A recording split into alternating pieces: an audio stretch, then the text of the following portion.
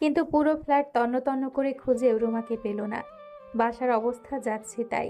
এখানে অপরিচিত কারোর আগমন ঘটেছে তাতে সন্দেহ নেই, কারণ ড্রয়িং রুমে সোফায় সিগারেট সহ লাইটার পড়ে আছে।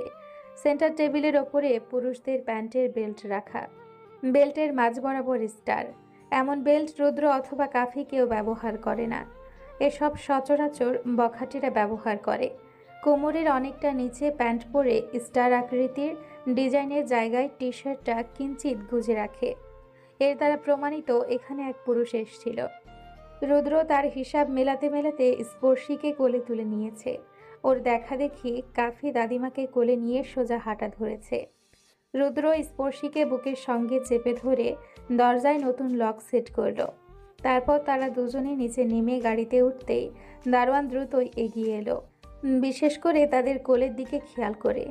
উনি এসে আতঙ্কে গড়গড় করে বলে ফেললেন তাদের আসার 2-3 মিনিট আগে রুমা বেরিয়ে গেছে, তার সঙ্গে আরও 2 জন ছিল, একজন মহিলা আর একজন পুরুষ। মুখে মাস্ক ছিল বিধায় চেহারাটা দেখা যায়নি, তবে রুমার কপালে ব্যান্ডেজ করা ছিল।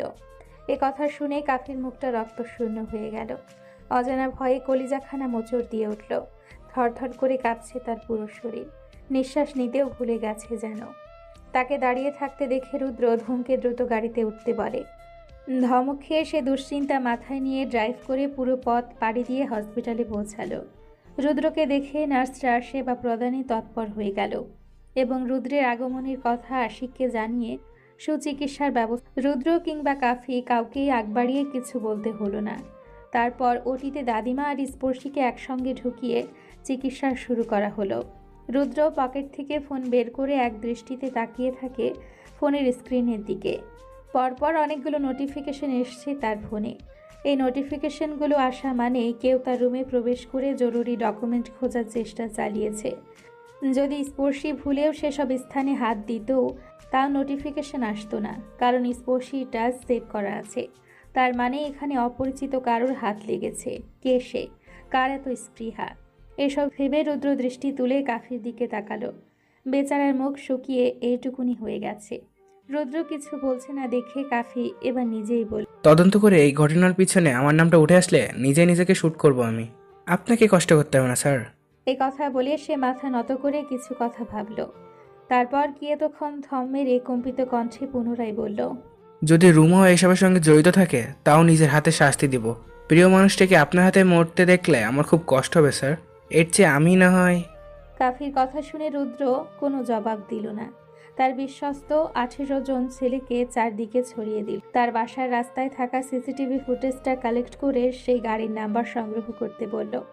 আর নাম্বার পেয়ে গেলে গাড়ির মালিককে টেনে হিঁচড়ে তার সামনে হাজির করতে বলল। ছেলেগুলো আদেশ পেয়ে আদেশকৃত কাজে লেগে পড়ল। কাফিকে আলাদা করে কিছু বলতে হলো, সেও বেরিয়ে গেল অন্য কাজে। সবাই চলে গেলে রুদ্র ওটির সামনে দাঁড়ালো। ভেতরের কিছুই দেখা যাচ্ছে না। দরজার এপাশে দাঁড়িয়ে সে দরজায় হাত দিয়ে নিজের বাহুতে মুখ লুকিয়ে কাঁধে কারো স্পর্শ পেল। ঘুরে দেখে আশিক দৌড়ে আসায় বড় বড় শ্বাস ফেলে হাঁপাচ্ছে। আশিক ওটির দরজায় নক করতেই একজন নার্স দরজা খুলে বেরিয়ে এলো। আশিক আদেশ করলো সে যেন রুদ্রকে এক্ষুনি ওটির ভেতরে নিয়ে যায়। আশিকের এই আদেশ পাওয়া মাত্রই নার্স রুদ্রকে ওটিতে ঢুকিয়ে দরজাটা আটকে দিল। দাদিমার কপালে ব্যান্ডেজ করা হয়ে গেছে। ওটির মধ্যে দুটো দল রয়েছে। একদল দাদিমার পেট থেকে বিষ তুলছে, আরেক দল স্পর্শীর। ইস, কি দারুণ সেই দৃশ্য! রুদ্র আর দেখতে পারল না। দাঁত দিয়ে ঠোঁট কামড়ে ধরে মেঝের দিকে তাকিয়ে রইল। হাতের মুঠো শক্ত করে চেপে আছে। বুকটা অসহ্য ব্যথায় জর্জরিত হয়ে আছে। স্পর্শীর মুখের দিকে তাকালেই সেই ব্যথা তরতর করে বেড়ে যাচ্ছে। সে ছলছল চোখে একবার দাদিমার দিকে তো একবার স্পর্শীর দিকে তাকালো।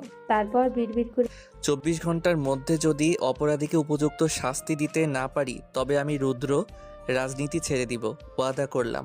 এ কথা বলে রুদ্র সেখান থেকে বেরিয়ে কাউকে কল করলো। মুখভঙ্গি থমথমে, রাগে ফুলে আছে নাকের পাটা, টেনশনে কপাল বেয়ে ঝরছে সরু ঘাম। সে পায়চারি করা অবস্থাতেই কলে আলোচনা সারল। আদেশ করলো আদেশকৃত কাজ দ্রুত সম্পূর্ণ করার। এখন 1 সেকেন্ডের গুরুত্ব অপরিসীম, তাই প্রতিটা সেকেন্ডকে কাজে লাগাতে হবে। কার এত স্পৃহা সেও দেখতে চায়। কোন অপরাধে তার প্রিয় মানুষের সঙ্গে এরূপ হামলা করা হলো, তার জবাব চাই চাই। তারপর সে কল কেটে কাফিকে কল করে তার ফ্ল্যাটে চলে যেতে বলল। কাফির মনের অবস্থা বুঝে রুদ্র কথা বাড়ালো না, শুধু গম্ভীর স্বরে দরজার নিউ পিন আর ফ্ল্যাটের কোথায় কোথায় কোন ক্যামেরা আছে বলে, যাতে সে সব ক্যামেরার ফুটেজ সংগ্রহ করে এই মুহূর্তে ইমেল করতে পারে। কাফি মনোযোগ সহকারে রুদ্রের কথা শুনে একবার লালনের দিকে তাকালো। লালন তার বলা কাজে মগ্ন। কাফি হসপিটাল থেকে বেরিয়ে এসছে লালনের কাছে। লালন তাদের টিমেরই সদস্য, তার কাজ লোকেশন ট্র্যাক করা। সে এখন রুমার ফোনের লাস্ট লোকেশন খোঁজার চেষ্টা করছে। তখন কিছু একটা পেয়ে কাফির দিকে তাকালো। রুমার ফোনে লাস্ট লোকেশন শো করছে এক নির্জন জঙ্গলে। হয়তো সেও বুঝে গিয়েছিল তার ফোন ট্র্যাক করা হতে পারে, এজন্য আগেই ব্যবস্থা করে ফেলেছে। এ কথা শুনে কাফি দুজনকে পাঠালো ফোন খুঁজে বের করে আনার জন্য। তারপর সে রুদ্রর কথা মতো ফ্ল্যাটে চলে গেল। একে একে খুঁজে বের করলো গোপন ক্যামেরাগুলো। ওদের ফ্ল্যাটের মেন দরজা থেকে 10 হাত দূরের পেন্টিংয়ের সঙ্গে হিডেন ক্যামেরা লাগানো আছে। ড্রয়িং রুমের শোভাবর্ধনের জন্য লাগানো ঝাড়বাতির ঠিক মাঝখানে আরেকটা হিডেন ক্যামেরা। রুদ্র রুমের বাম দেওয়ালে ঘেঁষে ল্যাম্পপোস্টের বিপরীতে থাকা ফুলদানির ফুলের মধ্যে আরেকটা ক্যামেরা। কাফি খুঁজে খুঁজে ক্যামেরাগুলো বের করে ও ল্যাপটপ অন করে ফুটেজগুলো চেক করতে বসলো। একে একে ফুটেজ দেখে তার মুখের ভাষা হারিয়ে গেল। হতবাক হয়ে তাকিয়ে রইল স্ক্রিনে ভাসা মানুষগুলোর দিকে। মৃদুভাবে কাঁপতে থাকলো তার পুরো শরীর। স্পর্শীকে নির্মমভাবে লাথি মারার দৃশ্যটা দেখে ওর পুরো পৃথিবীটাই যেন নড়ে উঠল। স্পর্শীর মা মাগো বলে করুণ আর্তনাদ যে কারো হৃদয় নাড়িয়ে দিবে। ইস, অসহ্য ব্যথায় কিভাবে কাতরাচ্ছে মেয়েটা। এমন করুণ অবস্থা দেখে রুদ্র মাসুমের কি যে করবে ভাবতে পারছে না সে। তাছাড়া রুমা সব জেনেও কেন এই বোকামিটা করলো? সে তো রুদ্রের রাগ সম্পর্কে জানে, এমনকি নিজের চোখেও দেখেছে অনেক কিছু। তারপরেও এসব করার সাহস করলো কিভাবে?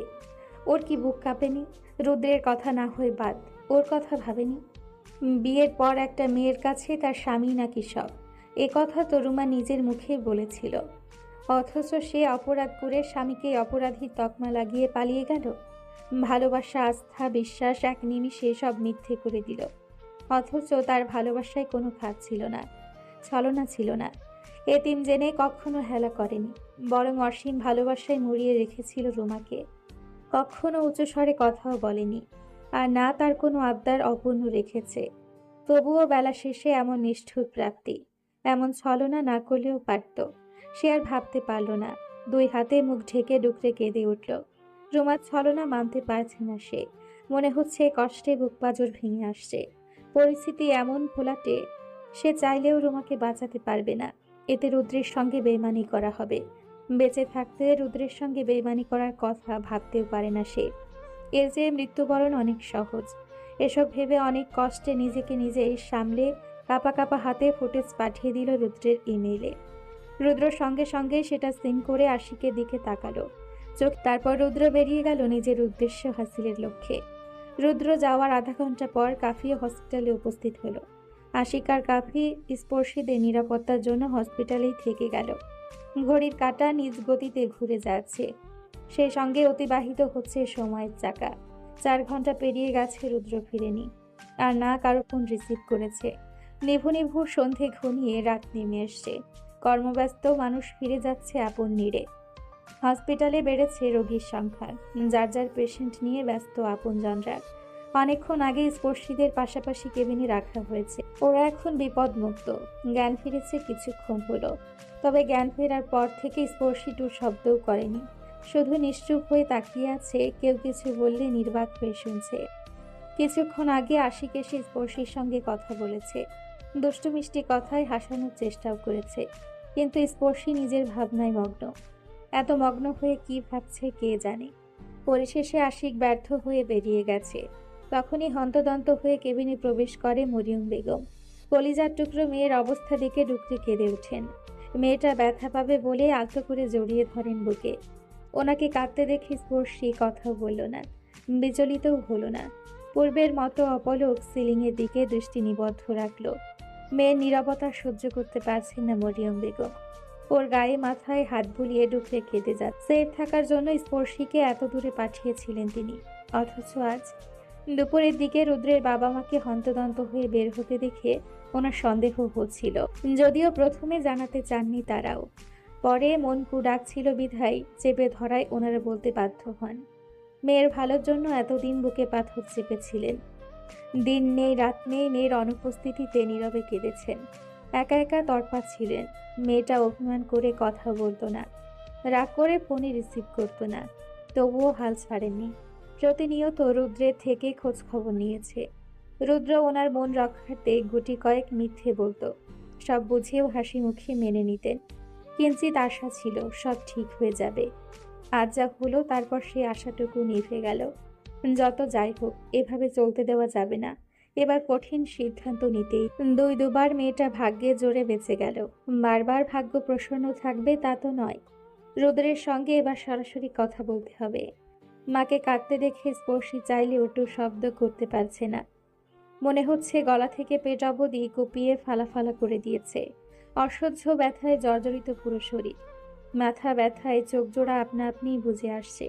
তবে মায়ের উপস্থিতিতে খুশি হয়েছে, এজন্য ঠোঁটে ফুটে উঠেছে মলিন হাসি, ছলো ছলো চোখ। সেই সঙ্গে আরেকটা শব্দ কানে বারবার প্রতিধ্বনিত হচ্ছে, রুদ্র ভালো ছেলে, মুখ বুজে সব মেনে নাও। মেনে নিয়েছে বলেই এই দশা। রুদ্র যতদিন এসব থেকে সরে না আসবে, এসব চলতেই থাকবে।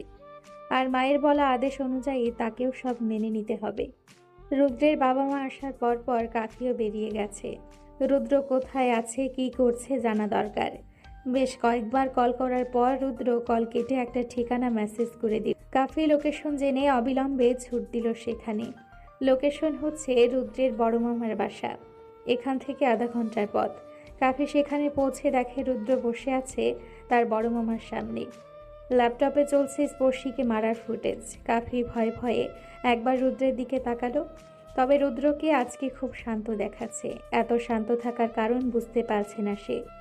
এটা বোধহয় ঝড় আসার আগের পূর্বাভাস। পুরো ফুটেজ শেষ হতেই রুদ্র শান্ত কণ্ঠে বড় মামাকে বলল, আমি আপনাকে শ্রদ্ধা করি, কারণ আপনি আমার মায়ের আদর্শ। সেই শ্রদ্ধা বজায় রেখে এখনও বিনয়ীভাবে জানতে চাচ্ছি, রুদাসা কোথায় মামা? আপনি কি তার খোঁজ দিতে পারবেন, নাকি আমি খুঁজে নিব? যদি আমাকে খুঁজে নিতে হয় তাহলে ভুলে যাব সে আমার মামাতো বোন।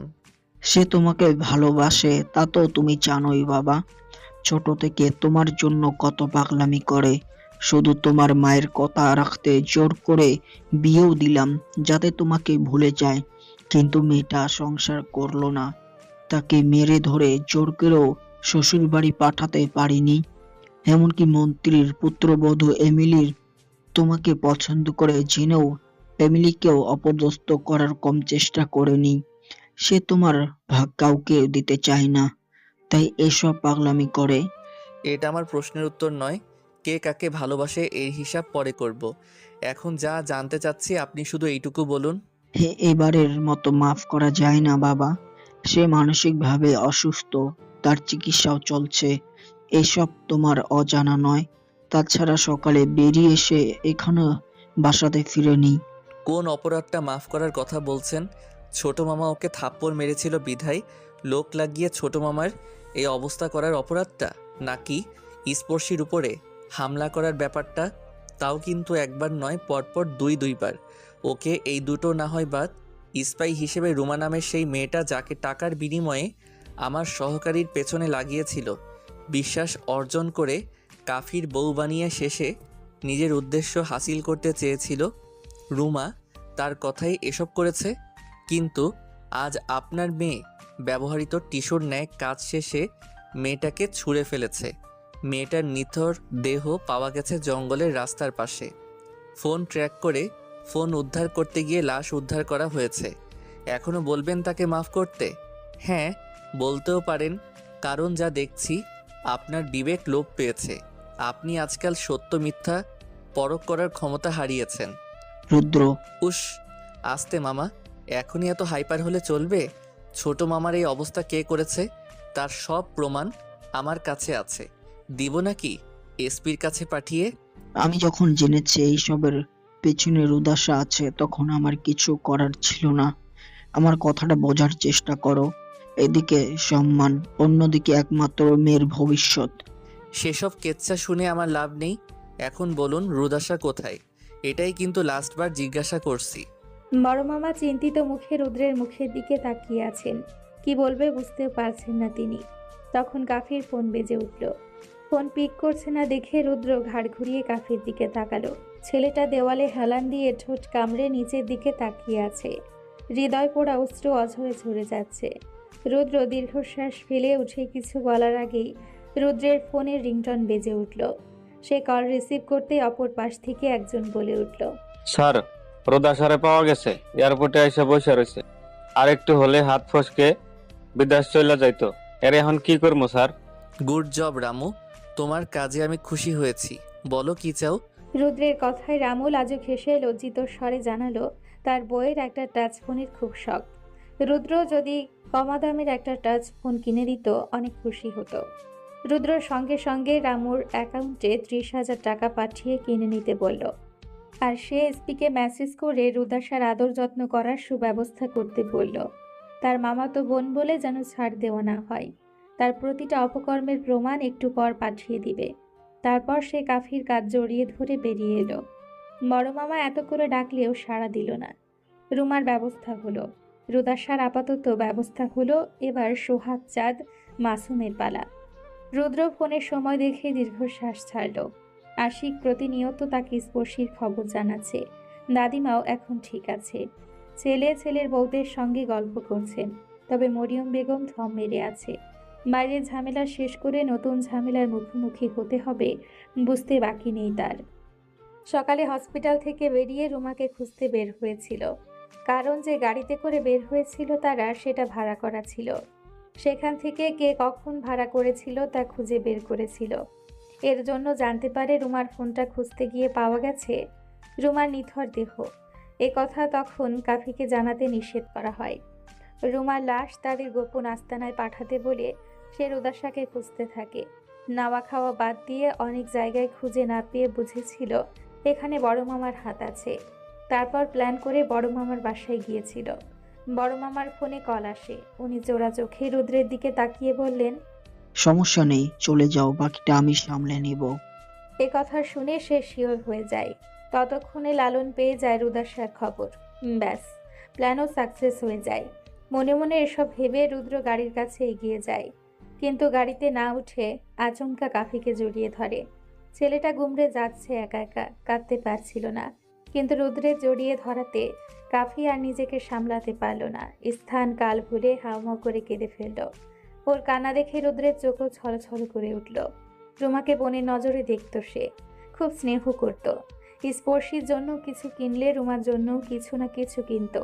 কাফি মুখে না না করলেও মনে মনে ভীষণ খুশি হতো। আর সেই খুশি ভেসে উঠত তার চোখ জোড়ায়। কাফিকে এভাবে কাঁদতে দেখে রুদ্র তার পিঠে হাত বোলাতে বোলাতে বলল, পুরুষদের হৃদয় নিংড়ানো ভালোবাসা বোঝার ক্ষমতা যদি প্রতিটা নারীর মাঝে থাকতো তবে পৃথিবীর বুকে বিচ্ছেদ বলে কোনো শব্দ থাকতো না। অভিমানপূর্ণ কথাটা বলে থেমে গেল রুদ্র। সেও তো হৃদয় নিংড়ে সব ভালোবাসাটুকু স্পর্শীকে উগরে দিয়েছে। গোপনে এতদিন ভালোবেসেছিল, ভেবেছিল বিয়ের পর সব ঠিক হয়ে যাবে। কিন্তু না, যখনই তাদের সম্পর্ক সরল রেখায় ধাবিত হতে শুরু করে তখনই বিশ্রী এক ঘটনার সম্মুখীন হতে হয়। ফলে সম্পর্কের দূরত্ব তীর করে বাড়তে থাকে। অভিমান, রাগ, জেদের পাল্লা অনায়াসে ভারী হয়ে যায়। তখন তাকে এক বুক কষ্ট চেপে নিষ্ঠুর পরিস্থিতি সামাল দিতে হয়। অথচ অপর পক্ষ বোঝা তো দূর, অনুভব করার বৃথা চেষ্টাটুকু করে না। যেন সব দায় শুধু ছেলেদের। কাফির মতো সেও একই পথের পথিক। এজন্য বোধহয় তার কষ্টটা অনুধাবন করতে পারছে। বুঝতে পারছে প্রতারিত হওয়ার পরেও কাফি কেন ডুকরে ডুকরে কাঁদছে। হৃদয়ের জ্বালাপোড়া কতটা কষ্টকর সেটা প্রতারিত মানুষটাই বোঝে। এমন তো নয় কাফি সুদর্শন না, সে আর মেয়ে পাবে না। কাফি শান্ত স্বভাবের, শ্যামবর্ণের পুরুষ, তার জন্য মেয়ের অভাব হবে না। কিন্তু এই যে এক বুক ভালোবাসা, মায়া, বিশ্বাস, এখানে আটকে গেছে সে। যারা ভালোবাসে তারাই জানে এই মায়া কতটা জোরালো। সেই সঙ্গে কোনো মেয়ে যদি উপলব্ধি করত পুরুষের চোখে এমনি এমনি পানি আসে না, যখন হৃদয় পুড়ে ছারখার হয়ে যায়, কোনোভাবেই সামাল দেওয়া যায় না, তখন হৃদয় পোড়া ঝাঁজ অশ্রু হয়ে ঝরে পড়ে। তখন সেটাকে হৃদয় পোড়া নেত্রবাড়ি নামে আখ্যায়িত করলেও ভুল হয় না। রুদ্র কেন জানি কাফিকে কাঁদতে নিষেধ করছে না, সান্ত্বনার বাণীও দিচ্ছে না, মন ভরে কাঁদতে দিচ্ছে। বেশ কিছুক্ষণ পর কাফি নিজেকে সামলে নিল। অশ্রু ঝরা লাল টকটকে নেত্র মুছে রুদ্রের সঙ্গে গাড়িতে উঠে বসল। রুদ্র ড্রাইভিং সিটে বসে কাফির দিকে পানির বোতল এগিয়ে দিল। কাফি সেটা নিয়ে পানি পান করে কান্না ভেজা কণ্ঠে বলল, স্যার সত্যি কি রুমা আর নেই? আমি অকারণে মিথ্যা বলি না কাফি, নিজেকে সামলাও। রুদাসা কি আদৌ শাস্তি পাবে? ওর পাকাপোক্ত ব্যবস্থা করতেই যাচ্ছি আমরা। তারপর তারা গেল এসপি খন্দকারের কাছে। এসপির বয়স 50-এর ঊর্ধ্বে, যদিও তার আরেকটা গোপন নাম বিটকেল খন্দকার। রসকসহীন কাঠখোট্টা বিধায় তেমন কেউ পছন্দ করে না। সামনাসামনি তার প্রশংসা করলেও আড়ালে তাকে গালি দিতে দুবার ভাবে না।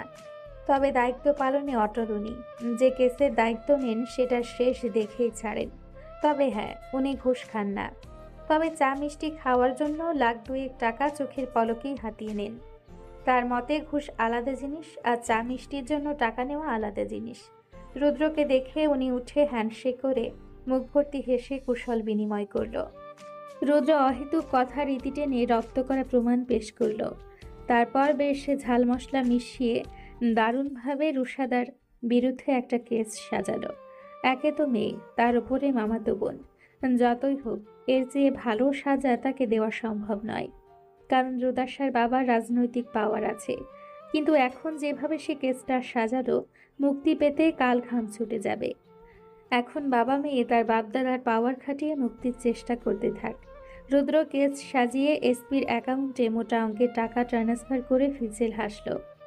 টাকা দেওয়ার বিরুদ্ধে সে নিজেও কিন্তু খন্দকারকে এখন হাতে রাখতে হবে। এতেও লাভ বই ক্ষতি হবে না। পরে খন্দকারের থেকে সুদে আসলে টাকা ফেরত নেওয়ার ছকও করে ফেলেছে সে। রুদ্রের টাকা হজম করা এত সোজা নয়। প্রয়োজনে গলার ভেতরে হাত ঢুকিয়ে টাকা উগলিয়েই ছাড়বে। অতঃপর তারা কাজ সেরে বেরিয়ে এলো। রুদ্র কিছু একটা ভেবে কাফিকে আস্তানায় পাঠিয়ে সে গেল রুদাসার সঙ্গে দেখা করতে। দুর্গন্ধযুক্ত জায়গায় তাকে রাখা হয়েছে। শক্ত কাঠের ছোট্ট চৌকিতে বসে আছে বাবার অতি আদরে মেয়ে রুদাসা শারমিন। 1 ঘন্টাতে চোখ মুখের কি হাল করেছে। রুদাসাকে এখানে রাখার পূর্বে 2 মাতালকে রাখা হয়েছিল। তারা দুজন মিলে পুরো জায়গা জুড়ে প্রস্রাব করেছে, ঠিক ছোট বাচ্চাদের মতো। বড় মানুষের প্রস্রাবের গন্ধে রুদাসার গা গুলিয়ে যাচ্ছে। কয়েকবার ইয়াক ইয়াক করলো, বমিও করেছে। এতক্ষণে হঠাৎ রুদ্রকে দেখে রুদাসা হন্তদন্ত হয়ে উঠে এসে 1 হাত বাড়িয়ে ব্যাকুল হয়ে বলল, এখান থেকে নিয়ে যেতে। প্রস্রাবের গন্ধে এখানে টেকাও দেয়। সে হাউমাউ করে কেঁদে অনুরোধ করলো নিজের দোষ স্বীকার করে নিবে, তাও যেন এই ঘিনঘিনে নোংরা জায়গা থেকে নিয়ে যায়। রুদ্র ওর কথা শুনে পকেটে হাত গুজে 1 ভ্রু উঁচু করে বলল, তোমার বাবাকে বলো তোমার জন্য এখানে একটা প্রাসাদ করে দিক, তখন সেই প্রাসাদে শুয়ে বসে শাস্তি ভোগ করতে পারবে। এখানে আমার দম বন্ধ হয়ে আসছে, প্লিজ আমার কথাটা বোঝার চেষ্টা করো। আমি তোকে খুব ভালোবাসি বলেই জেদে এমন ভুল করে ফেলেছি। আর এমন হবে না, সত্যি বলছি। তাছাড়া তুই বল, বয়সে বড় হয়েও তোর জন্য কোনো পাগলামিটা করিনি। এই জন্য কত মার খেয়েছি, কটু কথা শুনেছি, তবু তোর কথা ভুলতে পারি না আমি। আমি শুধু তোর বউ হতে চাই, আর পড়শিকে সতীন হিসেবে মেনে নিতে আমার সমস্যা নেই, তবু আমাকে তোর করে নে। ওয়াও, দারুণ, ভালোই লাগছে শুনতে। তারপর বলো। তোকে পেলে আমি ভালো হয়ে যাব। নিজের রাগ সামলে এখনো তোমাকে বাঁচিয়ে রেখেছি, এটা কি যথেষ্ট নয়? সত্যি বলছি, মন প্রাণ দিয়ে আমি শুধু তোকে ভালোবাসি। জানি তো তুমি মন প্রাণ দিয়েছো আমাকে, আর শরীর বিলাও নিজ স্বার্থে। কিন্তু আমি তো তোমার মতো সস্তা নই যে যার তার সাথে শুয়ে পড়বো আর প্রয়োজন মিটলে ছুঁড়ে ফেলবো। তুমি হচ্ছ বাজারের খোলা খাবারের মতো, মাছি ভনভন করা, নোংরা, অস্বাস্থ্যকর জিনিস। তোমাকে দিয়ে আমার পোষাবে না। তাছাড়া আজকে যা করেছো এর শাস্তি পেতেই হবে, ছাড় নেই তোমার। তাহলে ভুল হয়ে গেছে, পড়শিকে মেরে ফেলাই উচিত ছিল আমার। আমি এমনিতেও তোকে পাবো না, অমনিতেও পাবো না, তবে পড়শি কেন পাবে? এখান থেকে বের হয়ে সত্যি সত্যি পড়শিকে শেষ করে ফেলবো। রুদাসার কথা শেষ হতে সেখানে এক পুলিশের আগমন ঘটল। লম্বা চওড়া সুদর্শন পুলিশ। পুলিশের পোশাকে দারুণ হ্যান্ডসাম লাগছে মানুষটাকে। উনি রুদ্রকে সালাম দিয়ে চট করে জেলের তালা খুলল। তারপর রুদাসাকে হ্যাচকা টানে নিজের দিকে ঘুরিয়ে দুগালের সজোরে পরপর 4টা থাপ্পড় বসিয়ে দিল। রুদাসা গালে হাত দিয়ে কিছু বলার আগে উনি স্বাভাবিকভাবে বলল, উপর মহল থেকে হুকুম এসেছে 2 ঘন্টা পর পর আমাকে ভিটামিন দিতে। এখন 4টা দিয়ে গেলাম, ঠিক 2 ঘন্টা পর আবার আসবো। ধন্যবাদ। এ কথা বলে উনি তালা মেরে গটগট শব্দ করে চলে গেলেন। রুদাসা হতভম্ব হয়ে তাকিয়ে আছে, তার চোখের কোণে অশ্রু জমে আছে। থাপ্পড় মারা মানুষটা আর কেউ নয়, তার প্রাক্তন স্বামী শিহাব, যার সঙ্গে তার বাবা জোর করে বিয়ে দিয়েছিল। সংসার করেনি সে, এই মানুষটাকে সহ্য করতে পারতো না, এখনো পারে না। ডিভোর্সের অ্যাপ্লাই করা আছে, 3 মাসের মধ্যে তাদের ডিভোর্স হয়ে যাবে। তাকে সহ্য করতে না পারার মুখ্য কারণ, একে তো সাদামাটা পুলিশের চাকরি করে, তাও আবার ছাপোষা মধ্যবিত্ত পরিবারের সন্তান, যাদের জীবন বেশিরভাগ ডাল ভাতেই সীমাবদ্ধ। এরা বোঝে না শৌখিনতা, আর না বোঝে আমোদ প্রমোদের নির্দিষ্টতা। শিহাবকে তার পছন্দ নয় জেনেও তার বাবার শুধু ছোট চাচার কারণে তার বিয়ে দিয়েছিল। ছেলে ভালো, সৎ, ব্লা ব্লা এসবের ভিত্তিতে। সেই থেকে ছোট চাচাকে সহ্য হতো না তার। যখন সে সংসার করবে না বলে জেদ করলো, ছোট চাচার সবার সামনে তাকে থাপ্পড় মেরেছিল। থাপ্পড়ের দাগটা মুছে গেলেও রাগ মেটাতে পারেনি সে। সেই রাগ তুলতে কিছুদিন আগে লোক লাগিয়ে ছোট চাচাকে উৎমা কেলানি দিয়ে হসপিটালে পাঠিয়েছে। খুশির খবর হচ্ছে তার অবস্থা নাকি তেমন ভালো না। বাঁচলে ভালো, না বাঁচলে তো আরও ভালো, এতে কিছু যায় আসে না তার। চাচার প্রতি জমে থাকা রাগ হালকা হয়েছে, এই ঢের। কিন্তু সে এখন রুদ্রের হাত থেকে বাঁচবে কিভাবে? রুদ্র বুদ্ধি খাটিয়ে আটঘাট বেঁধে নেমেছে শিহাবের উপস্থিতিতে স্পষ্ট। এখন শিহাব সুযোগ বুঝে তাকে নাকানি জোবানি খাওয়াবে তা বলার অপেক্ষা রাখে না। এ কথা ভেবে রুদাসা নিজের চুল খামচে ধরে রাগে হিসহিস করতে লাগলো। আর রুদ্র রুদাসার এ অবস্থা দেখে তাচ্ছিল্যের হাসি হেসে সেখান থেকে প্রস্থান করলো। তখন সে গাড়ি নিয়ে কাফিকে আস্তানায় যেতে পাঠিয়েছিল, কারণ রুমার লাশ সেখানে রাখা আছে।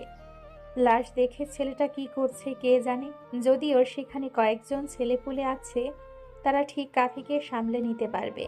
মনে মনে এসব ভেবে দৃষ্টি তুলে মেঘে ভরা আকাশ দেখে সিএনজিতে উঠে বসল। আজ সারাটা দিন স্পর্শীকে না দেখে মনটা বড্ড উতলা হয়ে উঠছে। শরীরের এনার্জি ফুরিয়ে এসছে, ক্লান্ত পরিশ্রান্ত শরীরটা যেন আর চলছে না। লাথির চোটে স্পর্শীর ব্যথায় কুকড়ে যাওয়া দৃশ্য চোখের সামনে ভাসছে, কানে বাজছে করুণ সুরে করা আর্তনাদ। এরই মধ্যে বৃষ্টি শুরু হয়ে গেল। পথচারীরা ছোটাছুটি করে ছাউনির দিকে যাচ্ছে। বড় বড় বৃষ্টির ফোঁটাগুলো পিচ ঢালা রাস্তায় আছড়ে পড়ছে। ধীরে ধীরে বৃষ্টির গতি বাড়ছে, ঝোড়ো হাওয়াতে হেলে যাচ্ছে পথের ধারের গাছপালা।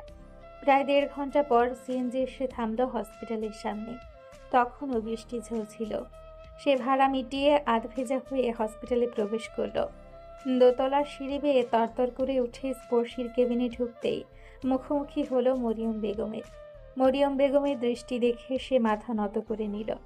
তখনই রুদ্রের বাবা মা দাদিমার রুম থেকে বেরিয়ে আসলেন। রুদ্রের মাথা নত দেখে সামনে দণ্ডায়মান সকলে দীর্ঘশ্বাস বেরিয়ে এলো।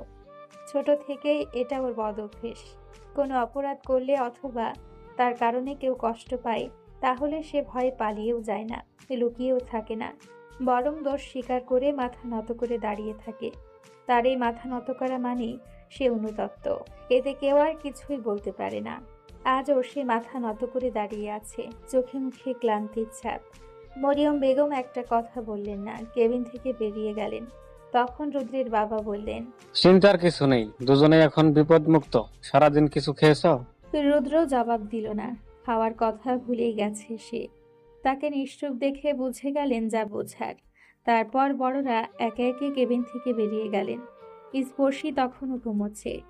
রুদ্র ভেজানো দরজাটা আস্তে করে লক করে দিয়ে স্পর্শীর কাছে এগিয়ে গেল। অপলক তাকিয়ে রইল স্পর্শীর মুখের দিকে। তারপর নিচু হয়ে আলতো করে স্পর্শীর কপালে ঠোঁট ছোঁয়াতেই স্পর্শী নিভু নিভু চোখ মেলে তাকালো। রুদ্রকে দেখে অনেক কষ্টে চোখ খুলে রাখার চেষ্টা করেও ব্যর্থ হচ্ছে। শক্ত মনের নিষ্ঠুর পুরুষটা অবশেষে এসছে। তার এই অবস্থা জেনেও সারা দিন পেরিয়ে এখন আসার সময় হয়েছে। সময় করে এসছে এই ঢের। দলের নেতা বলে কথা, নেতা নাকি 1000টা কাজ, সেই 1000টা কাজ সামলে আসতে দেরি তো হবেই। দয়া করে এসছে এই সৌভাগ্য। এসব ভেবে সে দৃষ্টি সরিয়ে অন্যদিকে তাকালো। সঙ্গে সঙ্গে চোখের কার্নিশ বেয়ে অশ্রু গড়িয়ে গেল। তাকে কাঁদতে দেখে রুদ্র তার পুরো মুখে আদরেকে বলল, আমাকে মারো কাটো ইচ্ছে মতো কষ্ট দে, তাও চুপ থাকিস না, কিছু বল। স্পর্শী ছলছল চোখে শুধু তাকিয়ে রইল রুদ্রের মুখের দিকে, তবে কিছুই বলল না। কিছু বলতে ইচ্ছে করছে না। যে পুরুষ নারীর মন বোঝে না, কষ্ট বোঝে না, আবেগ বোঝে না, অভিমানে ঠাসা দৃষ্টির মানে বোঝে না, সে আর যাই হোক ভালো স্বামী হতে পারে না। কারণ ভালো স্বামীরা নিজ দায়িত্ব বুঝে, অভিমান বুঝে, সে সঙ্গে চেষ্টা করে প্রিয় মানুষটির মন জুগিয়ে চলার।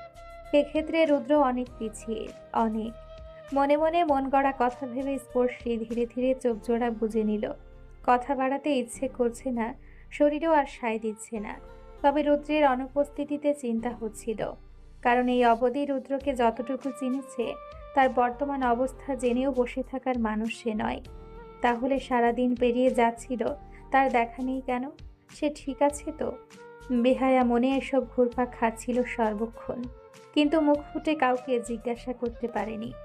আর এই পাড়াটায় তাকে আরো কুরে কুরে খাচ্ছিল। স্পর্শীকে চোখ বুজতে দেখে রুদ্র মলিন হেসে ওকে আলতো করে জড়িয়ে ধরল। ওষ্ঠ ছোঁয়ালো ওর অভিমানী ঠাসা চোখের পাতায়। মাথাটা চেপে ধরে রাখলো উত্তপ্ত বুকে, যেখানে অসহ্য চিনচিনে ব্যথারা মিছিল করছে। অদৃশ্য হয়ে চিৎকার করে বলছে, ভালোবাসি রে পাগলি, তোকে ভীষণ ভালোবাসি। সারাদিন রুদ্রের বুক জুড়ে যে দৃশ্যহীন ব্যথা প্রকট হয়ে দহন ছড়াচ্ছিল, স্পর্শী ছোঁয়া পেয়ে সে বুক নিমিষেই প্রশান্তিতে ভরে গেল। উপলব্ধি করতে পারল এখানে শান্তির আভাস। রুদ্রকে কাছে পেয়ে স্পর্শীও নিজেকে আটকাতে পারল না। রুদ্রের গলা জড়িয়ে ধরে বুকে মাথা লুকালো। সারাদিনের বোবা কান্নাগুলো বাঁধ ভেঙে আছড়ে পড়তে লাগলো রুদ্রের বুকে, যার নামে শত শত অভিযোগ, অথচ কান্না করতে তার বুকই বেছে নিল বোকা মেয়েটা। অভিমানের ঠুনকো স্তূপ ভেঙে ফেলল অপ্রিয় মানুষটার আলতো স্পর্শে। একেই বুঝি বলে মেয়ে মানুষ, যাদের মুখে অভিমানে ভাষা, মনে থাকে প্রণয়ে বাসা। স্পর্শী কাঁদতে কাঁদতে রুদ্রের বুকের শার্ট আঁকড়ে ধরে অস্পষ্টভাবে কিছু বলছে, কিন্তু বোঝা যাচ্ছে না। অপ্রিয় এই মানুষটাকে জড়িয়ে ধরে কাঁদতে লজ্জাও লাগছে না, অথচ ভীষণভাবে লজ্জা লাগার দরকার ছিল। এভাবে কিছুক্ষণ থাকার পরে রুদ্র স্পর্শীকে নিচ থেকে ছাড়াতে গেলে স্পর্শী মাথা নাড়িয়ে না বোঝালো, অর্থাৎ ছাড়বে না। এভাবেই আরও কাঁদবে আরও। তবুও রুদ্র নিজেকে ছাড়িয়ে নিয়ে স্পর্শীকে ধরে উঠে বসালো। হাতের ক্যানুলা সাবধানে বালিশের ওপর রেখে নিজের দেওয়ালের সঙ্গে হেলান দিয়ে স্পর্শীকে নিজের কাছে টেনে বুকে মাথা ঠেকালো। ওভাবে থাকায় ক্যানুলাতে রক্ত উঠে যাচ্ছিল। এখন ঠিক আছে, আর সমস্যা হবে না। স্পর্শী রুদ্রের বুকে মাথা ঠেকিয়ে হেঁচকি তুলে কাঁদছে, তবে রুদ্র কিছু বলছে না। ধীরে ধীরে স্পর্শীর মাথায় হাত বুলিয়ে যাচ্ছে। বেশ কিছুক্ষণ এভাবে কাটলো। একটু পর দরজায় নক পড়াতে স্পর্শীকে বালিশে হেলান দিয়ে বসিয়ে দরজাটা খুলে দিল রুদ্র। রুদ্রের মা কেবিনে প্রবেশ করে একটা শপিং ব্যাগ রুদ্রকে দিয়ে বললেন, তোমার বাবা তোমার জন্য ড্রেস কিনে আনলেন, যাও ফ্রেশ হয়ে এসো। বাবা শুধু শুধু কষ্ট করতে গেল কেন? দরকার আছে তাই, এখন যাও। রুদ্র কথা না বাড়িয়ে ড্রেস নিয়ে ওয়াশরুমে চলে গেল। তখন বড় মা ওয়াশরুমের দরজার দিকে একবার তাকিয়ে স্পর্শীর মুখ দেখে দীর্ঘশ্বাস ছাড়লেন। মেয়েটা কেঁদে কেটে মুখের কি অবস্থা করেছে। যেহেতু কাল চুপ থেকে উনি স্বাভাবিকভাবেই বললেন, আর যাই করিস ভুলেও কখনো রুদ্রকে রাজনীতি ছাড়ার কথা বলবি না। সে রাজনীতি ছাড়তে পারবে না, কারণ এটা তার মায়ের আদেশ আছে। তাকে অনেক দূর পৌঁছতে হবে। তুই তাকে সাপোর্ট দিতে না পারলেও কথা দিয়ে দুর্বল করিস না। তোর কান্নাকাটি দেখে ওর যাতে মন না হয় রাজনীতিতে প্রবেশ করে ভুল করছে। রাজনীতি তার আপনজনদের কষ্ট দিচ্ছে। রাজনীতি ছেড়ে দেওয়া উত্তম। তাহলে বলি শোন, কে কি চাচ্ছে জানি না, তবে আমি চাই আমার ছেলে রাজনীতি করুক। রাজনীতিতে মারামারি, দাঙ্গা এসব কমন একটা ইস্যু। এটা আমার থেকে তুমি ভালো করেই জানো। বিরোধী দল যখন তোমার ছেলের উপর হামলা করবে, তার শরীরটা কুপিয়ে রক্তাক্ত করবে, অসহ্য যন্ত্রণায় ছটফট করবে, তখন তাকে দেখে তোমার কষ্ট লাগবে না? তুমি তো মা, ছেলে হারানোর যন্ত্রণা সইতে পারবে তুমি? আমার হাতের উপর আমার বাবা মা নিঃশেষ ত্যাগ করেছে। নিজের চোখে দেখেছি মৃত্যুর যন্ত্রণায় তারা কিভাবে ছটফট করেছে। তবুও একটুও কাঁদিনি, ভেঙেও পড়িনি। বাবা মায়েরটা যখন সহ্য করতে পেরেছি, ছেলেরটাও পারবো। এই কথা শুনে স্পর্শী ব্যাকুল হয়ে কেঁদে উঠল। দৌড়ে উঠতে গিয়ে হাতে টান পড়লেও গুরুত্ব দিল না। ক্যানোলাটা ছিঁড়ে ফুঁড়ে মেঝেতে ছিটকে পড়ল। হাত থেকে টপ টপ করে রক্ত ঝরে পড়তে থাকলো টাইলস করা মেঝেতে।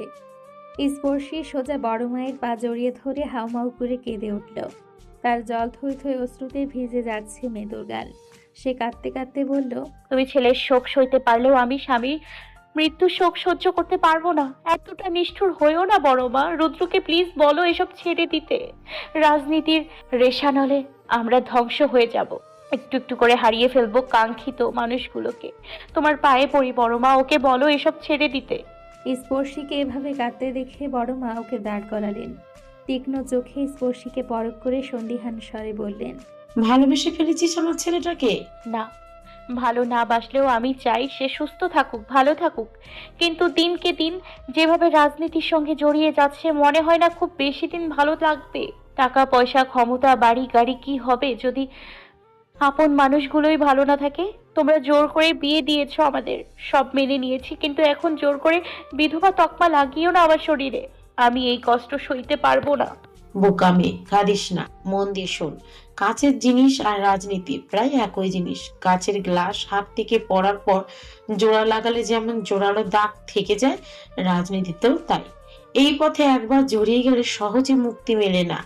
তুমি রাজনীতি ছেড়ে স্বাভাবিকভাবে জীবন যাপন করছো, তাহলে রুদ্র কেন পারবে না? কেন জেনে বুঝে বিপদ ডেকে আনছে? ওকে বোঝাও বড় মা, তুমি বললে সে ঠিক শুনবে। কে বলেছে আমি স্বাভাবিকভাবে বাঁচতে পারছি? আমার তো মনে হয় না। শ্বাস প্রশ্বাস চলাকেই কি বেঁচে থাকা বলে? তাহলে বলবো ভুল জানিস। আমি হচ্ছে জীবন্ত লাশ। মানুষ কখন জীবন্ত লাশ হয় জানা আছে তোর? যখন বেঁচে থেকে মরার মতো মৃত্যু যন্ত্রণা সইতে হয়। বর্তমানে আমিও তাই। এই জন্যই বলছি, রুদ্রকে সাপোর্ট করতে না পারলেও ইমোশন কাজে লাগিয়ে হারতে দিস না। আমি একটু একটু করে ওকে এই অবধি দাঁড় করিয়েছি। সে আমার সাহসী ছেলে, আমার ছেলে, আমার রুদ্র। সাহসী বলেই আমি মা হয়েও ওর জান বাজি ধরে লড়ছি। তুই এখনো অবুঝ। নিষ্ঠুর পৃথিবীর মার প্যাচ বোঝার বোধ এখনো হয়নি তোর। এখন কান্না থামা। রুদ্র শুনে ফেললে লঙ্কা কাণ্ড বাঁধাবে। পরে না হয় এসব নিয়ে কথা বলা যাবে। কিন্তু বড় মা। চুপ, আমার কাছে ঠুনকো আবেগের দাম নেই। এ কথা বলে বড় মা নার্স ডেকে স্পর্শীর হাত ব্যান্ডেজ করিয়ে নিলেন। এখন স্যালাইন দিবে না, আর তাই নার্স কাজ শেষে বেরিয়ে গেল। স্পর্শী বালিশে হেলান দিয়ে সিলিংয়ের দিকে তাকিয়ে আছে। নানান ভাবনা ঘুরপাক খাচ্ছে মস্তিষ্ক জুড়ে। বড় মায়ের মতো কঠিন হৃদয়ের মানুষ পৃথিবীতে আর আছে নাকি জানা নেই তার। স্পর্শীকে ভাবনায় মশগুল দেখে বড় মা কথা না বাড়িয়ে তার চুল আঁচড়ে বেনি করে দিলেন। রুমাল ভিজিয়ে চোখ মুখ মুছে দিলেন। তখন মরিয়ম বেগম দরজা ঠেলে দাদিমাকে নিয়ে এই কেবিনে প্রবেশ করলেন। দাদিমা জ্ঞান ফেরার পর থেকে স্পর্শীকে দেখার জন্য বড্ড উথলা হয়ে গেছেন। দাদিমাকে দেখে স্পর্শী চোখ দুটো ফেটে জল গড়িয়ে গেল। দাদিমার মুখটা শুকিয়ে গেছে, কপালে সাদা ব্যান্ডেজ। বৃদ্ধর শরীরে এমন ধকল, না জানি কত কষ্ট পেয়েছে দাদিমা। তাকে কাঁদতে দেখে দাদিমা বিরক্তিতে মুখ কুঁচকে ফেললেন। চারদিকে এত মন খারাপ কান্নাকাটি ভালো লাগছে না আর। কদিন ধরে সময়টা খুব খারাপ যাচ্ছে। বাসায় ফিরে দোয়া ও মাহফিলের আয়োজন করতে হবে। বিপদের ওপর বিপদ। এ বিপদ থেকে রক্ষা পেতে আল্লাহর দরবারে হাত তুলে কেঁদে বিপদ মুক্তির পথ খুঁজবেন। ছেলে মেয়ে দুটো বিয়ে হওয়ার পর থেকে তাদের জীবনে কিছু না কিছু ঘটেই চলেছে। তারা না পারছে নিজেরা ভালো থাকতে, আর না পারছে কাউকে ভালো রাখতে, অথচ নিজেরা নিজেদের মতো চেষ্টা চালিয়ে যাচ্ছে। এবার এমন কিছু করতে হবে যাতে ছেলে মেয়ে দুটো ভালো থাকে। তখন ওয়াশরুম থেকে চুল মুছতে মুছতে রুদ্র বেরিয়ে এলো। কেবিনে উপস্থিত সবার মুখের দিকে তাকিয়ে তোয়ালে মেলে দিল বেডের স্ট্যান্ডে। হঠাৎ রুদ্রর সঙ্গে স্পর্শীর চোখাচোখি হলো। রুদ্রের চোখ জোড়া লাল হয়ে আছে। গোসলে যাওয়ার আগে তো এমন ছিল না। আচ্ছা, রুদ্র কি তাদের কথা শুনে ফেলেছে? কিন্তু তারা যখন কথা বলছিল তখন ওয়াশরুম থেকে পানি পড়ার শব্দ হচ্ছিল। পানি পড়ার শব্দ ছাপিয়েও কি ওদের কথা শুনেছে রুদ্র? নাকি তার কান্না দেখে রুদ্র না পেরে ওয়াশরুমে গিয়ে কেঁদেছে?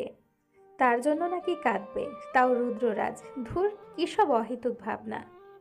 তখন একজন ডাক্তারের সে চেক আপ করে জানালো স্পর্শীকে হালকা খাবার দিতে। রুদ্রের বাবা সবার জন্য খাবার আনতে গিয়েছিলেন। মাঝপথে আশিকের সঙ্গে দেখা। সে সবার জন্য তার বাসা থেকে খাবার এনেছে। শুধু শুধু এত কষ্ট করার জন্য রুদ্রের থেকে ঝাড়ি খেয়েও হাসলো ছেলেটা। তারপর সবাইকে খেয়ে নিতে বলে বেরিয়ে গেল। সবাই যখন স্পর্শীর কেবিনে খেতে বসেছে তখন রুদ্র মুখে খাবার তুলতে গিয়ে হাত নামিয়ে ফেলল।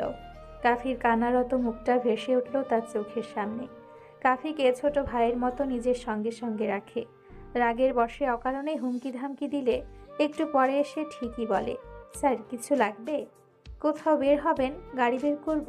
সে নিজেও খেয়াল করেছে কাফি খুব নরম মনের। যখন কাউকে মারতে দেখে তখন তার চোখ মুখে কষ্টের ছাপ ভেসে ওঠে। হয়তো মায়ের কথা মনে পড়ে যায় তার।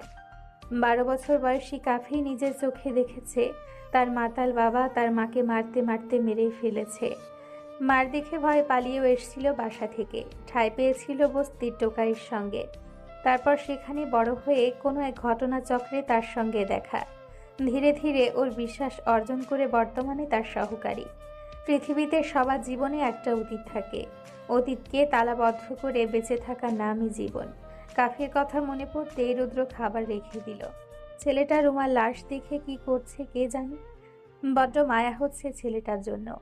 এদিকে বড় মা তীক্ষ্ণ নজরে ছেলের মুখের দিকে তাকিয়ে মন পড়ার চেষ্টা চালাচ্ছে। হয়তো আন্দাজও করে ফেললেন রুদ্রকে খাবার রেখে কাউকে ফোন করতে দেখে। তখন তিনি বললেন, আশিক এখান থেকে সোজা কাফির কাছে গেছে, ওর সঙ্গে কথা হয়েছে আমার। তাছাড়া দলের আরো অনেকেই আছে সেখানে। আগামীকাল সকালে ওর বইয়ের দাফনের কাজ সম্পূর্ণ করা হবে। সব ব্যবস্থা হয়ে গেছে। সারাদিন না খেয়ে আছো, এখন কিছু মুখে দাও। এ কথা শুনে স্পর্শী ঝোঁক খাওয়া থামিয়ে হতবাক হয়ে তাকালো রুদ্রের দিকে। রুদ্রের দৃষ্টি মেঝেতে নিবদ্ধ। সবার সামনে কিছু জিজ্ঞাসা করা ঠিক হবে কিনা ভেবে পেল না স্পর্শী। তখন দাদিমা বিস্ময় নিয়ে বললেন, কাফির বউটা মইরা গেছে। হাহারে বেচারি, আমরা তো ভাগ্যের জন্য বাইসা গেছি। বউটা ভালোই আসিল রে। রুদ্র সে কথার উত্তর না দিলেও মরিয়ম বেগম মুখ খুললেন। নিজের বইয়ের নিরাপত্তা অনিশ্চিত রেখে অন্যের বইয়ের মৃত্যুতে শোক পালন করা হাস্যকর হয়ে গেল না? যাই হোক, বড় ভাবি, আমি আগামীকাল সকালে স্পর্শীকে নিয়ে ঢাকায় ফিরে যাচ্ছি। তোমরা কাজ সেরে আস্তে ধীরে ফিরো। মেজো মা আমার কথাটা বলা আর শোনার পরিস্থিতি নেই। তোমার সঙ্গে মেয়ের বিয়ে দিয়েছি মানে এই নয় আমার মেয়ের জীবন তোমার হাতে তুলে দিয়েছি। আজকে পরিস্থিতির সৃষ্টি হতো না যদি না স্পর্শীকে এখানে আনার কথা বলতে। যা হওয়ার হয়ে গেছে, কিন্তু এখন থেকে যদি আমার মেয়ের নিরাপত্তা নিশ্চিত না করো তাহলে এবার আমাকে অন্য কিছু ভাবতে হবে। মরিয়ম বেগম কথা শেষ করতে দাদিমা ধমকে উঠলেন। রাগে গমগম করছে ওনার মুখ। রাগী দৃষ্টিতে তাকিয়ে দাঁতের দাঁত চেপে বললেন, থামো মেজবু, ফার্দার এসব ফাও কথা কইবা না। কি পাইছো কি তোমরা? হ্যাঁ, এসব কথা আগে ভাবো নাই কেন? জোর কইরা ওগো বিয়া দিয়া মাইনানে কইরা মুখে ফ্যাপটা তুইলা দিলা। এখন যখন দুজনে একটু একটু কইরা সহজ হইতাছে, এখন তুমি মস্করা শুরু করছো। বলি নিজেদের ভাবো কি তোমরা? হ্যাঁ, বেয়াদবি মাফ করবেন না, কিন্তু আমি কিছুতেই আমার মেয়ের অনিশ্চিত জীবন আর মেনে নিতে পারবো না। পরপর দুইবার আমার মেয়েটা মরতে মরতে বেঁচে গেছে। এভাবে চলতে থাকলে আমার মেয়েটাকে হারিয়ে ফেলবো আমি। ও আমার বেঁচে থাকার একমাত্র অবলম্বন মা। এতদিন অন্যের ভরসায় থাকলেও আর পারছি না। অন্য কারোর মতো এতটা পাষাণ হতে পারবো না। আমি যে নিজের সন্তানের জীবন নিয়ে বাজি ধরবো। অনিশ্চিত জীবন জেনেও সন্তানকে মৃত্যুর মুখে ঠেলে দেবো। মরিয়ম বেগমের কথা শুনে স্পর্শী চকিতে তাকালো বড় মায়ের দিকে। বড় মা নিশ্চুপ হয়ে প্লেটের দিকে তাকিয়ে আছে। মরিয়ম বেগমের খোঁচা মারা কথার মর্ম বুঝতে বাকি নেই কারো। কেবিন জুড়ে চলছে শুনশান নীরবতা। স্পর্শী ঘাড় ঘুরিয়ে তাকালো অদূরে বসে থাকা রুদ্রের মলিন মুখ পানে। সেই নীরবতার রাশ টেনে রুদ্রই মুখ খুলল। মেজো মা, স্পর্শী তোমার সন্তান, আমি তোমার কেউ না? ছিলে, কিন্তু কিছুক্ষণ আগে সেই সম্পর্কে ছেদ করেছে। কেন ঘটেছে জানো? কারণ তোমার মা নিজের মুখে স্বীকার করেছে উনি স্পর্শীকে বিধবা রূপে দেখতে পারবেন। ছেলের মৃত্যু শোক সামলে নিতে পারবেন। যে মা নিজের মুখে এসব বলতে পারে তার সন্তান নিজের সন্তানের মতো দেখাটাও মায়ের চেয়ে মাসের দরদ বেশি ব্যাপারটার মতো হয়ে যাবে না? তাহলে এখন কি করতে চাচ্ছ তুমি? আমার মেয়েকে তোমার থেকে দূরে সরিয়ে নিতে চাচ্ছি। কতটা দূরে? যতটা দূরে সরে কোনো অধিকার দেখানোর পন্থা খুঁজে পাবে না তুমি। পারবো না, চেষ্টা করে দেখতে পারো। দেখা যাক পারি কিনা। অবশ্যই, তবে তুমি যদি তেরা শাশুড়ি হও তবে আমিও ছেঁচড়া জামাইয়ের রোল প্লে করতে বাধ্য হব। এ কথায় জবাব দিলেন না মরিয়ম বেগম। থমথমে মুখে বসে রইলেন। আর রুদ্র কাফির খোঁজ নিয়ে সামান্য কিছু খেয়ে উঠে পড়ল। রাত বাড়ার সঙ্গে সঙ্গে ঠিক করা হলো মরিয়ম বেগম রাতে স্পর্শীর কাছে থাকবেন, আর বড় মা থাকবেন দাদিমার কাছে। রুদ্র ওর বাবাকে ফ্ল্যাটে যেতে বললে উনি গেলেন না, বরং পাশের আরেকটা কেবিন এক রাতের জন্য নিয়ে নিলেন। কারণ রুদ্রের কখন জরুরি কল আসে আর সে কখন হুটহাট করে বেরিয়ে যায় তার ঠিক নেই। তখন 4টা মেয়ে একা একা কি করবে? যদি কোনো প্রয়োজন হয় তখন? আশিক সারাদিন এখানে থেকেছে, অনেক কিছুই করেছে। ওই ছেলেটারও বিশ্রামের প্রয়োজন। সে নিজের ইচ্ছায় যতটুকু করেছে ওইটুকুই ঢের। তাছাড়া বাসার মেয়েদের হসপিটালে রেখে উনি ফ্ল্যাটে ঘুমোতে পারবে না, বরং চিন্তায় অস্থির হয়ে প্রেশার বাড়িয়ে ফেলবেন। তারপর কোনো মতে খাওয়ার পর্ব চুকিয়ে যে যার বরাদ্দকৃত কেবিনে ঢুকে গেল। রুদ্র দাঁড়াতে স্পর্শীর সঙ্গে চোখাচোখি হলেও দুইজনেই নিশ্চুপ। নিজেদের অস্থিরতা নিজেরাই বুঝতে পারছে বোধ হয়, তাই মুখে কিছুই বলছে না। বিনিময়ে রুদ্র স্পর্শীকে এক টুকরো হাসি উপহার দিয়ে কেবিনের সামনে চেয়ারে বসলো। সে যেতে স্পর্শী চোখ দিয়ে অঝরে অশ্রু ঝরে গেল। আজকাল তার মনটাও বেইমানি করছে। অপ্রিয় মানুষটাকে নিয়ে কেন এত ভাবে, কেন চিন্তা করে? তার অনুপস্থিতি কেন এত পীড়া দিচ্ছে সে বুঝে না। তার অনুপস্থিতি, মলিন মুখ, মলিন হাসি দেখে ওর মনে কেউ তার হৃৎপিণ্ডে হাজারটা সূচ ফুটিয়ে দেয়, খুঁচিয়ে খুঁচিয়ে রক্তাক্ত করে দেয় বক্ষপাশ। ভূত অনুভূতি ঘুরঘুর করতে থাকে মনের আনাচে কানাচে। যেমন এই মুহূর্তে তার মনে হচ্ছে রুদ্র তার সঙ্গে থাকুক, বকুক, বকতে বকতে তার ঠোঁটে মিটিমিটি হাসি এঁটে চোখে চোখে কথা বলুক। যতদিন যাচ্ছে সে অনুভব করছে ছেলেটা তার অজান্তেই তার মনের মধ্যে ঢুকে বসে আছে। এত গালি, এত রাগ, অভিমান করেও মন গহীনে তার প্রবেশ আটকানো সম্ভব হয়নি। এটা বৈধতার জোর নাকি কে জানে, কিন্তু রুদ্রের চলে যাওয়া নিজেই সহ্য করতে পারছে না। মন চাচ্ছে চেঁচিয়ে বলতে, এই রুদ্র, এই তুমি এখানেই থাকো, তোমার অনুপস্থিতি আমার অস্বস্তির কারণ। কিন্তু মুখ ফুটে বলা হলো না। রুদ্রকে চেয়ারে বসতে দেখে তার বাবা কেবিনে ডাকলেও গেল না, সেখানে বসেই নিজের ভাবনায় মশগুল হয়ে রইল। একটু পরেই ফোন ভাইব্রেট হতে দেখে কল রিসিভ করে কানে ধরল। ফোনের অপর পাশের ব্যক্তি এমন বলল, সে শুনে কথা বলা অবস্থাতেই হসপিটাল থেকে বেরিয়ে গেল। এতক্ষণ মরিয়ম বেগম অপর পাশের বেডে বসে অস্বস্তিতে ভুগছিলেন। মুখে যত যাই বলুক, মেয়ের জামাইকে বাইরে রেখে ঘুমোতে পারবেন না তিনি। দৃষ্টি কটুও লাগছে। তাছাড়া রুদ্রকে উনি ভীষণ ভালোবাসে, সেটা বলার অপেক্ষা রাখে না। এজন্যই তো তখন রুদ্র আর তারুণার বাক বিতর্কতায় কেউ কথা বাড়ায়নি। এসব ভেবে উনি বেশ অস্থির নিয়ে দরজা খুলতেই দেখেন রুদ্র ফোনে কথা বলতে বলতে দ্রুততার সাথে বেরিয়ে যাচ্ছে। স্পর্শীর কাছে থাকতে চেয়ে ভুল কিছু করেননি। এই ঘটনায় ওনার রাগ আরো প্রকট হলো। আজ যদি উনি উপস্থিত না থাকতেন হয়তো স্পর্শীকে একা রেখে বেরিয়ে যেত। আজ সকালে যখন হসপিটালে পৌঁছেছিলেন তখন রুদ্র ছিল না, কাফি আর আশিক বসেছিল। তারা কেন থাকবে? স্পর্শী কি তাদের বউ নাকি, নাকি তাদের দাদিমা?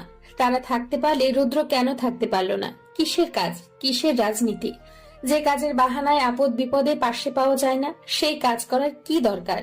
আর যদি স্পর্শী মারাও যেত তখনও কি রুদ্র কাজে ডুবে থাকতো? এর আগে রুদ্র কখনো তার দায়িত্ব পালনে অনীহা দেখায়নি। প্রয়োজন অপ্রয়োজন বুঝে ফেলতো, সেই প্রয়োজন অনুযায়ী তার দায়িত্ব পালন করত। অথচ সেই রুদ্রই বিয়ের পর পর দায়িত্বহীনের মতো কাজ করছে, যেটা মোটেও সুখকর কিছু বয়ে আনবে না। তারপর মরিয়ম বেগম পুনরায় দরজা আটকে মেয়ের শিওর ঘেঁষে বসলেন। রুদ্র চলে যাওয়ার পরে স্পর্শীর কান্না উনিও দেখেছেন। স্পর্শী চোখের পানি লুকোতে চোখের উপর হাত রেখে কম্পিত সুরে বলেছে, আম্মু, চোখে খুব আলো লাগছে, লাইটটা বন্ধ করে দাও। অথচ মেয়েটা অন্ধকার ভয় পায়, লাইট ছাড়া ঘুমোতে পারে না। নিজের ভাবনার ছেদ ঘটিয়ে মরিয়ম বেগম মেয়ের কপালে ঠোঁট ছুঁয়ে মাথায় হাত বুলিয়ে আস্তে করে পাশে বেডে শুয়ে পড়লেন। কিন্তু চোখ কেবল বুঝে এসেছে তখনই শুনতে পেলেন স্পর্শীর করুণ স্বর। চট করে উঠে দেখেন পেটের ব্যথায় ছটফট করছে স্পর্শী, আর মামা বলে পেট ধরে আর্তনাদ করছে। মেয়ের অবস্থা দেখে মরিয়ম বেগম দৌড়ে গিয়ে নার্সকে ডেকে আনলেন। ডাক্তার রিপোর্টে চোখ বুলিয়ে ইনজেকশন পুশ করলেন। 2 মিনিটের মাথায় স্পর্শী ঘুমে তলিয়ে গেল। ডক্টর তাকে চোখে চোখে রাখতে বলে বেরিয়ে গেলেন। আর মরিয়ম বেগম শিওরে বসে আছে, সারা রাত পার করলেন। ফজরের আজান দিয়েছে কিছুক্ষণ হলো। ধীরে ধীরে ভোরের আলো ফুটেছে। নামহীন পাখিদের আনাগোনা বেড়েছে। কর্মব্যস্ত জনমানব নেমে পড়েছে নিজ নিজ কর্মে। মরিয়ম বেগম নামাজ পড়ে দক্ষিণা জানালার পাশে এসে দাঁড়ালেন। কল দিলেন স্পর্শীর বাবার নম্বরে। স্পর্শীর বাবা সারা রাতে কতবার যে মেয়ের খোঁজ নিয়েছেন তার ইয়ত্তা নেই। উনি যখন নামাজ পড়ছিলেন তখনও কল এসেছিল একবার। মেয়ের যা অবস্থা, খোঁজ না পেলে দুশ্চিন্তা করবে, কারণ স্পর্শী ওনাদের দুজনেরই কলিজা, প্রাণ পাখি, বেঁচে থাকার একমাত্র অবলম্বন ওনাদের মেয়ে। অথচ এই মেয়েকেই রুদ্র হেলা করার দুঃসাহস দেখাচ্ছে। হসপিটালে যার তার ভরসায় রেখে চলে যাচ্ছে। এই ঘটনা নিজের চোখে না দেখলে বিশ্বাসই করতে না রুদ্র এমন কাণ্ডজ্ঞানহীন, তার দ্বারা এমন কিছু ঘটতে পারে। এই কাজের জন্য উনি ফিরে গিয়ে একটা ব্যবস্থা করবেন। অনেকক্ষণ ধরে এমন নানান চিন্তায় মশগুল মরিয়ম বেগম। একটু পরে এই মেয়েকে নিয়ে ঢাকার উদ্দেশ্যে বেরিয়ে যাবেন। হয়তো রুদ্রের সঙ্গে দেখাও হবে না, তার কাছে কাজ আগে, কাজেই মজে থাকুক সে। উনি যখন নিজের ভাবনায় মশগুল তখন কেউ একজন দরজায় নক করলো। মেয়ের দিকে একবার তাকিয়ে উনি দ্রুত দরজা খুলতে এগিয়ে গেলেন, নতুবা নক করার শব্দে মেয়েটার ঘুম ভেঙে যেতে পারে।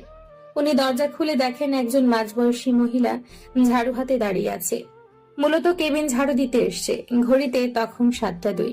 মরিয়ম বেগম ওনাকে নিঃশব্দে কাজ সারতে বলে দরজার কাছে দাঁড়িয়ে রইলেন। রুদ্র নেই, তার মানে সারা রাত বাইরে কাটিয়েছে। এবার ওনার ভেতর থেকে এক দীর্ঘশ্বাস বেরিয়ে এলো। মেয়ের ভবিষ্যৎ নিয়ে সত্যিই চিন্তা হচ্ছে। একটু বেশি তাড়াহুড়ো করে ফেলেছেন বিয়ের সিদ্ধান্তটা নিতে। আর একটু সময় নিলে ভালো হতো। একদিন ভেবেছিল রুদ্রের কাছে সবকিছুর ঊর্ধ্বে স্পর্শের স্থান। আর যাই করুক, স্পর্শীকে নিয়ে ওনাদের আর চিন্তা করতে হবে না। এখন রুদ্র আছে, রুদ্রই সব সামলে নিবে। কিন্তু কে জানতো রুদ্রই হবে ওনাদের ভাবনা চিন্তার আরেকটা কারণ, যার কাছে সম্পর্কের চেয়ে রাজনীতি বড়। প্রিয় মানুষগুলো মরে পচে গলে যাক, তবুও তার কাজ আগে। কেবিন ঝাড়ু দেওয়া হয়ে গেছে। মরিয়ম বেগম নার্সের সঙ্গে কথা বলছিলেন, তখন বড় মা ও দাদিমার কেবিন থেকে বেরিয়ে এলেন। স্পর্শীর হালচাল জিজ্ঞাসা করলেন। ততক্ষণে রুদ্রের বাবাও সকালের জন্য নাস্তা এনে খাওয়ার তাগাদা দিলেন। দাদিমাকে সঙ্গে নিয়ে হালকা নাস্তা সারতেই নার্স এসে ওষুধ দিয়ে গেল। স্পর্শী ঘুম থেকে উঠলে ওনারা বেরিয়ে পড়বে ঢাকার উদ্দেশ্যে। গত রাতে রুদ্র নিজে ওনাদের এয়ার টিকিট কনফার্ম করে রেখেছে। ওনারা খেয়ে টুকটাক জিনিসপত্র গুছিয়ে রাখলেন। সকাল 8:20 স্পর্শীর ঘুম ভাঙল। এদিক ওদিক তাকিয়ে একা একা উঠে মুখ ভার করে বসে রইল। মরিয়ম বেগম তাকে ফ্রেশ করিয়ে নাস্তা খাইয়ে মেডিসিন খাইয়ে দিলেন। তারপর ড্রেস বদলে নতুন এক সেট 3 পিস পরিয়ে দিলেন। 3 পিস থেকে এলো উনিও জানেন না, তবে বেডের উপরেই ছিল।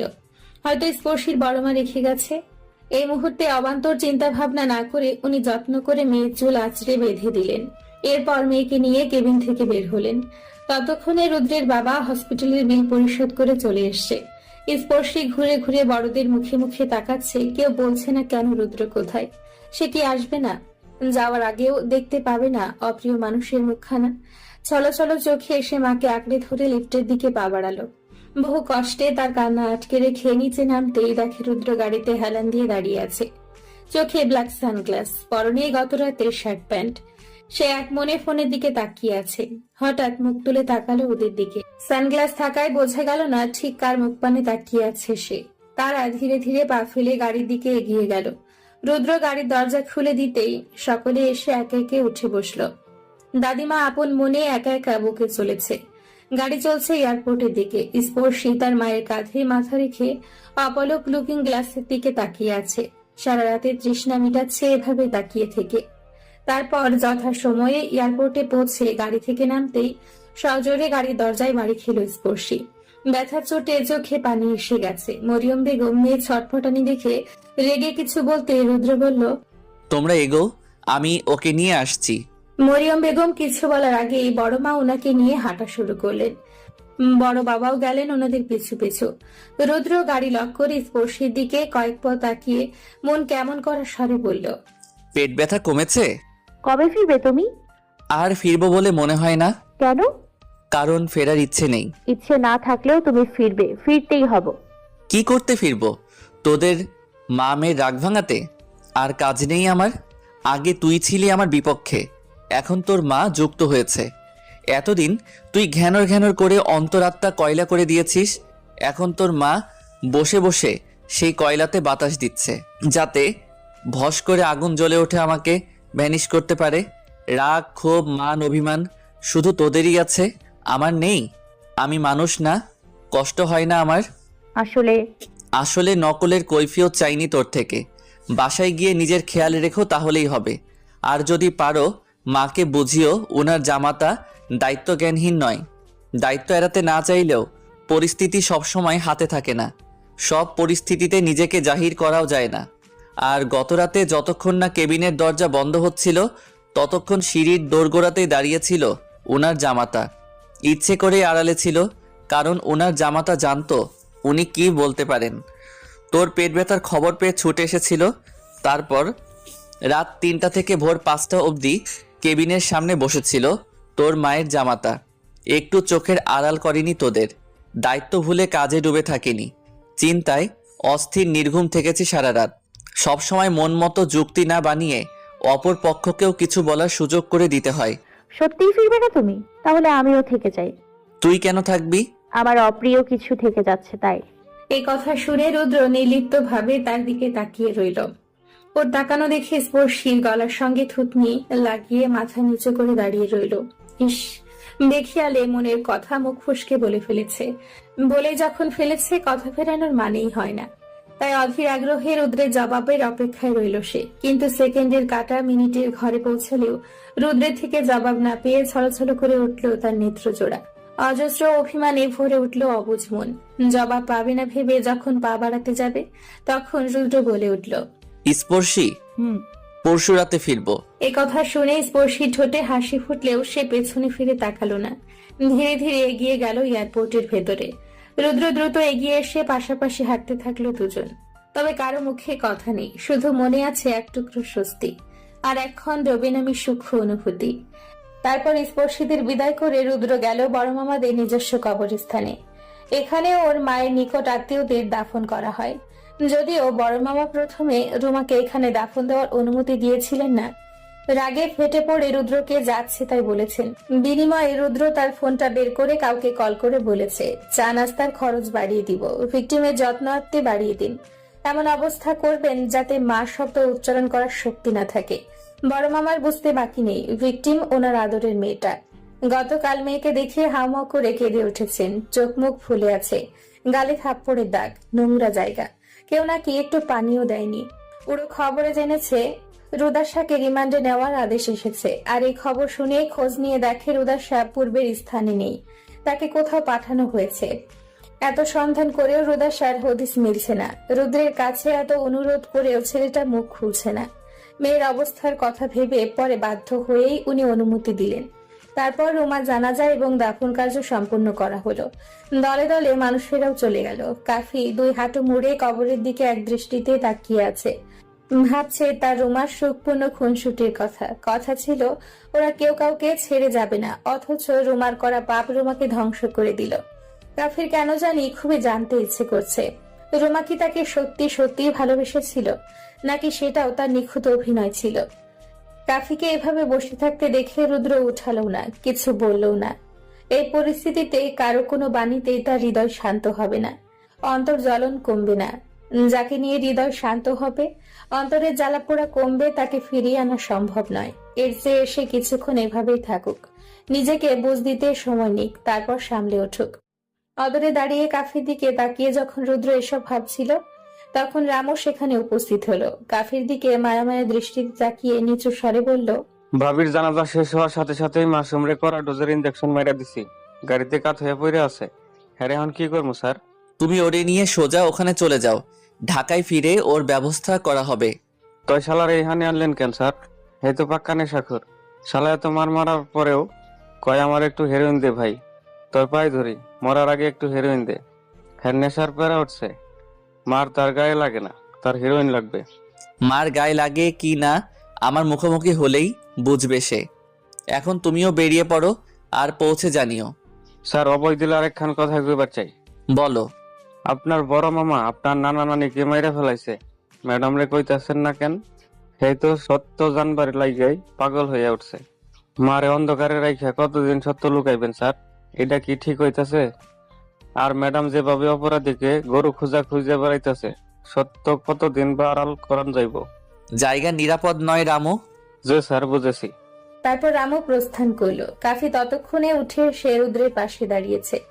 হঠাৎ কি মনে করে কাফি বলল, এমিলি আপনার আর স্পর্শীর পিক এডিট করে হাজিবাজি ভিডিও বানিয়েছে আর বলেছে তার লোকদের না ছাড়লে ওইসব ভিডিও ভাইরাল করে দিবে। সামনে ভোট, এই কাজ করলে পৃথিবীতে দুই নারীর জাত ভীষণ ভয়ঙ্কর, এক মায়াবতী, দুই ছলনাময়ী। এদের কাজই হচ্ছে পুরুষদের ঘায়েল করা। তবে এদের পার্থক্য রয়েছে। জানো কি সেই পার্থক্য? এরা কেউ পুরুষদের হৃদয় ঢালে ইস্ক, কেউ বা ঢালে বিষ। কিছুক্ষণ আগে স্পর্শীরা বাসায় ফিরেছে। বাসায় ফিরে তার মুখে ফুটে উঠেছে প্রাণোচ্ছল হাসি। বিশাল অট্টালিকা হোক অথবা কুড়ে ঘর, যার যেখানে মন টিকে সেটাই তার প্রশান্তির আবাস। এখন যেমন নিজের বাসায় পা রাখতে না রাখতেই তার মন মেজাজ ফুরফুরে রূপ ধারণ করেছে। অসুস্থ বোধ অনেকটাই কমে গেছে। বুক চাপা দীর্ঘশ্বাস বিদায় নিয়েছে, তবে মনে হচ্ছে বহু বছর পর নিজ আলোয় পা রেখেছে। তার ছোট থেকে বড় হওয়া এই বাসাতে হঠাৎ তার অনুপস্থিতিতে বাসাটাও বুঝি তার বিরহে কেঁদেছে, মুখ মলিন করে তাকে খুঁজেছে। কিন্তু এই যে সুপরিচিত আপন আপন সুগন্ধ ভেসে বেড়াচ্ছে বাসার আনাচে কানাচে, অস্বস্তি বোধ নেই, সংকোচ নেই। এখন অবাধ পাখির মতো চলতে পারবে, ঘুরতে পারবে। স্বাধীনতা আসলেই শান্তির আরেক রূপ। বন্দি জীবন সত্যিই ভীষণ কষ্টের। এতদিনে হাড়ে হাড়ে টের পেয়েছে। স্পর্শীকে ফ্রেশ হতে বলে মরিয়ম বেগম পোশাক পরিবর্তন করে ছুটলেন রান্নাঘরে। ঝটপট নাস্তাতে ব্যস্ত হয়ে পড়লেন। মেয়েটাকে ওষুধ খাওয়াতে হবে, খালি পেটে ওষুধ খাওয়ানো যাবে না। এদিকে স্পর্শী তার বাবার সঙ্গে দেখা করে মন প্রাণ জড়িয়ে কত কথা বলছে। পুনরায় তার প্রাণোচ্ছল চঞ্চলতা উপচে পড়ছে সর্বাঙ্গ জুড়ে। বাচার রানীর মুখে পুনরায় কথা ফুটেছে, মুচকি মুচকি হাসি ঠিকরে পড়ছে চিকন উষ্ঠ কোণে। স্পর্শীর মুখ পানে স্নেহের দৃষ্টিতে তাকিয়ে রইলেন তার বাবা। মেয়ের আদুরে মুখটা অনেক শুকিয়ে গেছে, কপালে হাতে ব্যান্ডেজ। চট্টগ্রামে যাওয়ার পর থেকে মেয়েটার শান্তি পায়নি।